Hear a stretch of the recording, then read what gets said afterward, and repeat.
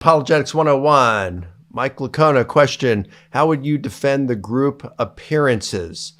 Well, I would say, number one, the group appearances are mentioned in our earliest source, the oral tradition, the Creed in 1 Corinthians 15. And that's not the only one. Which would really go back to, well, for the group appearances? We have the Acts sermon summaries. Acts sermon chapter summaries, 10, yep. Acts chapter 2. And most scholars do think that those, even though that those aren't transcripts of necessarily what was said on those, that they do encapsulate the kerygma, the early and official apostolic proclamation. If I could stick in there with C.H. Dodd, who's maybe the top scholar on the Acts sermon summaries, he said, I'm not saying the exact words of Peter, but they came from that time. The apostles were around. They had their testimony. They had to have been working together there somewhere. Yeah. And then I would also appeal to, I'd say, look, I think we've got some decent evidence for the traditional authorship of the Gospels, at least for some of the Gospels. At minimum, Mark and Luke and John.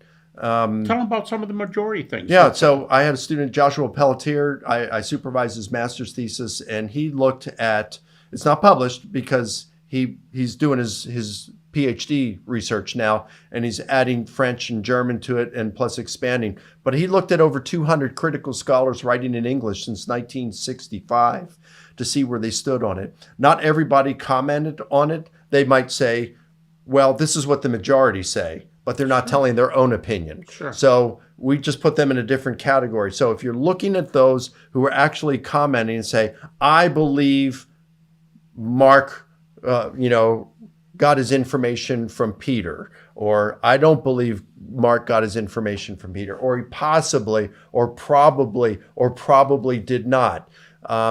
A slight majority of critical scholars who actually opine on whether they believe it and give reasons, a slight majority of critical scholars think that the traditional authorship of Mark is correct and that Mark's primary source is Peter. I haven't done it with John. Oh, by the way, with Luke, I had another student. He's not following up with a PhD at this point.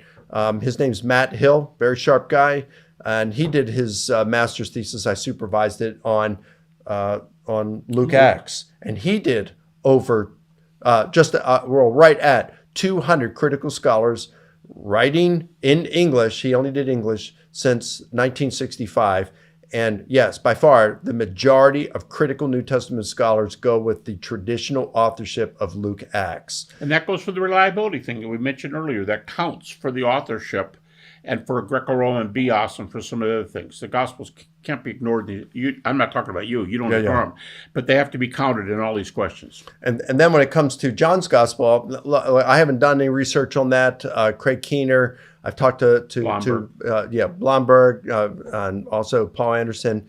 It seems like a majority of critical scholars today, Johannine specialists, they don't take the traditional authorship of John seriously, but they do think that either a minor disciple of Jesus wrote John's Gospel or was the primary source behind that Like Richard Bauckham. Yeah. So you still have, Richard Bauckham. So you still have Mark, Luke, and John are closely rooted in eyewitness testimony, and you've got the group appearances implied in Mark's Gospel, and you have them narrated in Matthew, Luke, and John. So let me add one thing. You asked earlier. You've got that in addition to the Acts source, sermon summaries, 2 and 10. and the Creed in 1 Corinthians 15. So it's early and multiple independent sources. You asked earlier, I could give a lot more if given more time here on skeptics who allow the group appearances no matter what their view is of them. One more to add is Helmut Kirster,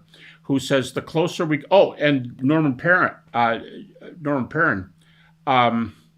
who said... The closer we get to the appearances, both of them said, the better the appearances go. And